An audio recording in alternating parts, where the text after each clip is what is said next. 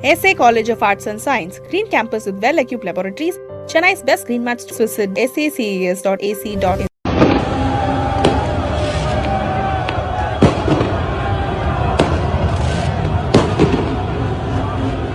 UEFA எனப்படும் ஐரோப்பிய கால்பந்து சங்கங்களின் ஒன்றியம் நடத்தும் சாம்பியன்ஸ் லீக் கால்பந்து இறுதிப் போட்டி ஹங்கேரியில் நேற்று நடைபெற்றது.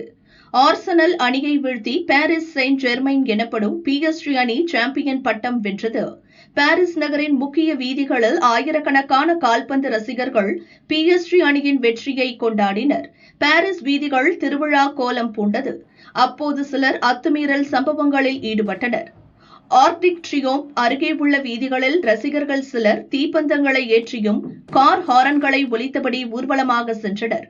சிலர் பொதுமக்களுக்கு இடையூறு ஏற்படுத்தும் வகையில் கடைகளை அடித்து நொறுக்குவது, ஆங்காங்கே தீப்பந்தங்களை எரிய விடுவது போன்ற அராஜக செயல்களில் ஈடுபட்டனர்.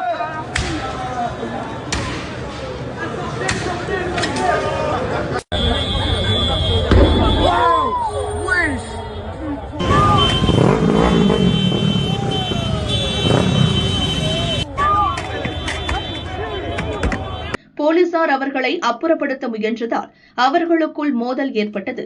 அப்போது சிலர் போலீஸ் நிலையத்தை தாக்க முற்பட்டனர். வன்முறை செயல்களில் ஈடுபட்டோரை போலீசார் தடியடி நடத்தி விரட்டினர். அவர்கள் மீது கற்களை வீசி தாக்கினர். பதிலுக்கு போலீசார் கண்ணீர் புகைகுண்டு வீசி கூட்டத்தை கலைத்தனர். இதனால் பாரிஸ் நகர வீதிகளே போர்க்களம் போல காட்சியளித்தது.